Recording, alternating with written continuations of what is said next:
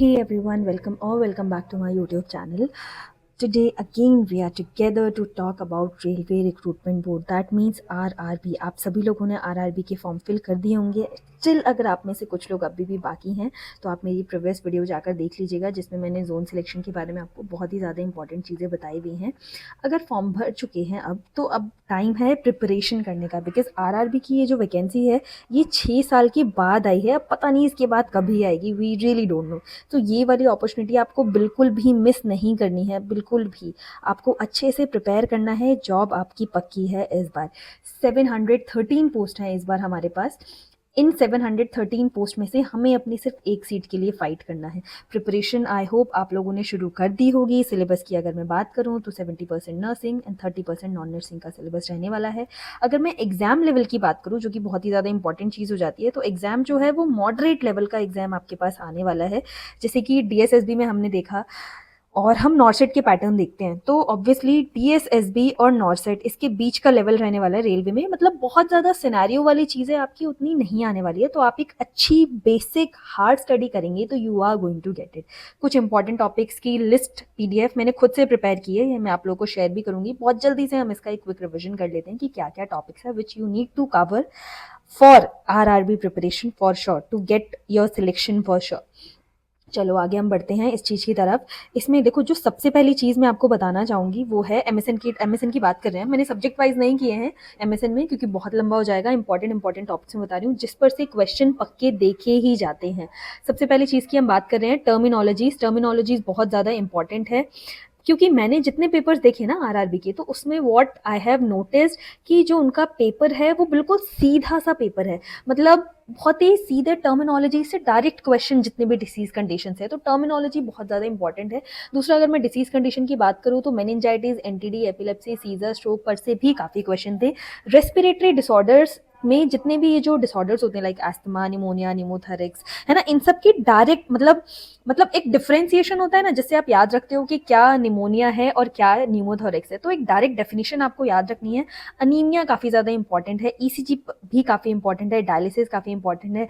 Renal failure, और again ये वाली चीज़ बहुत ज़्यादा इंपॉर्टेंट है जिसको मैं रेड मार्क कर रही हूँ, स्टोन्स टर्मिनोलॉजी. मतलब सीधा सीधा आपसे स्टोन के नाम पूछ लिए जाएंगे कि इस पर्टिकुलर स्टोन को क्या बोलते हैं, मतलब किडनी या फिर यूरेथ्रल, इस पर्टिकुलर स्टोन को क्या बोलते हैं. अनॉटमिकल स्ट्रक्चर बहुत ज़्यादा इंपॉर्टेंट है. डायरेक्ट क्वेश्चन थे. मैंने उसमें देखा कि मान लीजिए कोई आपको एक स्ट्रक्चर दे दिया, उसका स्ट्रक्चर देने के बाद वो आपसे पूछ लेंगे कि इस पर्टिकुलर लेयर का क्या नाम है, या इसके अंदर जो कवरिंग होती है उसका क्या नाम है, इस तरीके से क्वेश्चन. तो अनॉटमिकल स्ट्रक्चर आप अच्छे से करेंगे. उसके बाद अगर मैं बात करूं, बर्न काफी ज्यादा इंपॉर्टेंट है. अगेन बहुत क्वेश्चन आते हैं बर्न से हर बार. क्रेनियल नर्व्स पर से भी क्वेश्चन आए हुए, ये भी रेड मार्क कर लीजिएगा. सिरोसिस ऑफ लिवर भी इंपॉर्टेंट है. Hernia, appendicitis, pancreatitis. और ENT में जो एक इंपॉर्टेंट चीज मुझे ऑलमोस्ट हर एग्जाम में दिखी वो थी वर्टाइगो, ओटाइटिस मीडिया, टेनिटस. इन सब की जो टर्मिनोलॉजीज पर जो क्वेश्चन आते हैं, अगेन हार्मोन्स और उसके सेक्रेटरी ग्लैंड्स भी काफ़ी ज़्यादा इंपॉर्टेंट है.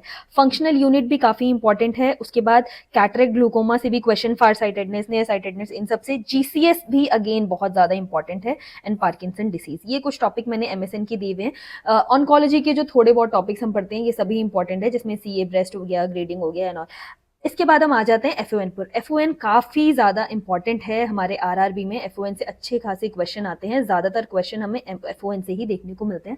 आप अच्छे से प्रिपेयर कीजिएगा इसको. इसमें जो टॉपिक्स मैंने कुछ आपको दे दिए हैं, जिसमें टॉपिक्स हैं हमारे वाइटल साइंस, ड्रग्स हो गया, प्रोसीजर हो गया, बेड सोर्स हो गया, फ्लूइड एंड इलेक्ट्रोलाइट इम्बैलेंस हो गया, O2 थेरेपी, CPR काफ़ी इंपॉर्टेंट है, BMW, first aid, Covid instruments. ये सब काफ़ी ज़्यादा इंपॉर्टेंट टॉपिक हो जाते हैं हमारे FON के. इसके बाद हम बढ़ते हैं CHN की तरफ. कम्युनिटी पर से भी अगेन काफ़ी ज़्यादा क्वेश्चन आते हैं, जिसमें कम्युनिकेबल डिसीज बहुत ज़्यादा इंपॉर्टेंट है.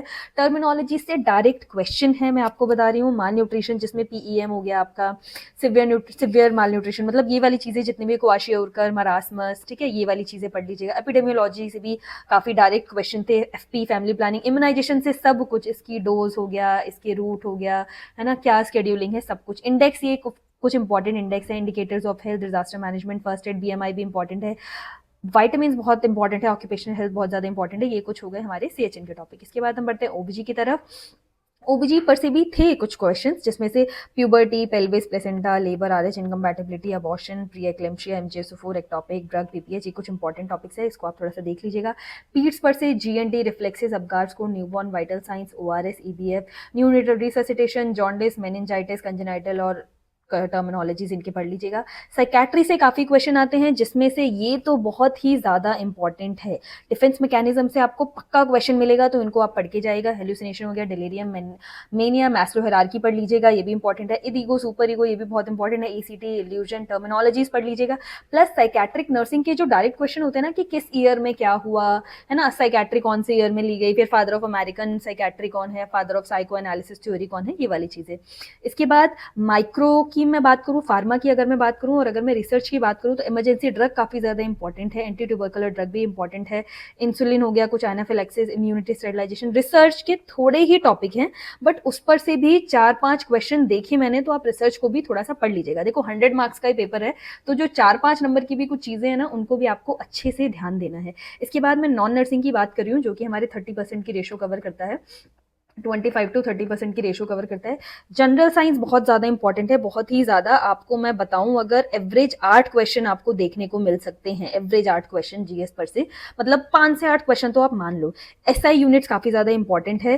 कैलोरीज की 1 ग्राम प्रोटीन में कितनी कैलोरीज हैं, इस तरीके के मॉलिक्यूल्स काफ़ी ज़्यादा इंपॉर्टेंट है। ऑक्सीडेशन हो गया, काइनेटिक एनर्जीज पर से क्वेश्चन थे, ग्लूकोज और ग्लाइकोजन पर से क्वेश्चन थे, वाइटामिन सप्लीमेंट। इसके लिए मैं आपको सजेस्ट करना चाहूंगी कि आप पीवाईक्यूज अच्छे से रेफर कीजिएगा। पीवाईक्यू के सारे क्वेश्चन आपको चाहिए। आरआरबी के पीवाईक्यू आपको कहाँ से मिलेंगे, तो मेरे टेलीग्राम का एक्सेस आप ग्रुप के डिस्क्रिप्शन में आपको मिल जाएगा, पिन कमेंट में आपको मिल जाएगा, वो ज्वाइन कर लीजिएगा। सारे के सारे पीवाईक्यू आपको मिल जाएंगे। जीके में आप 6 मंथ के करंट अफेयर को रेफर कीजिएगा, ठीक है, और थोड़ी सी आप ओल्ड हिस्ट्री जो भी हमारी है, ओल्ड जीके, वो थोड़ा सा देख लीजिएगा, ठीक है। इसके बाद मैथ्स के कुछ इंपॉर्टेंट टॉपिक है, ये ही सर्टेनली पूछे जाते हैं हर बार, जिसमें हमारा टाइम एंड वर्क हो गया, एवरेज हो गया, परसेंटेज हो गया, ratio proportion, time, interest, SI, CI, simple interest, compound interest, profit and loss, और एरिया पैरामीटर वाले क्वेश्चन भी आते हैं। रीजनिंग की अगर मैं बात करूं, तो रीजनिंग में हमारे पास direction, coding, decoding, clock, number series, relation, alphabet, figures, traces, तो ये कुछ इंपॉर्टेंट सिलेबस आपका रहने वाला है आरआरबी के लिए। आप जब भी आरआरबी के लिए प्रिपेयर करेंगे, तो आप मेक श्योर करेंगे कि आपके ये सारे टॉपिक्स बिल्कुल कवर हों, क्योंकि ये काफ़ी ज़्यादा इंपॉर्टेंट है। So it's hard time now, make sure to utilize every single minute of your day. अच्छे से प्रिपेयर कीजिएगा, चैनल को सब्सक्राइब कीजिएगा to get more such content. मिलते हैं नेक्स्ट वीडियो में, तब तक के लिए अपना ध्यान रखिए and bye bye. Thanks for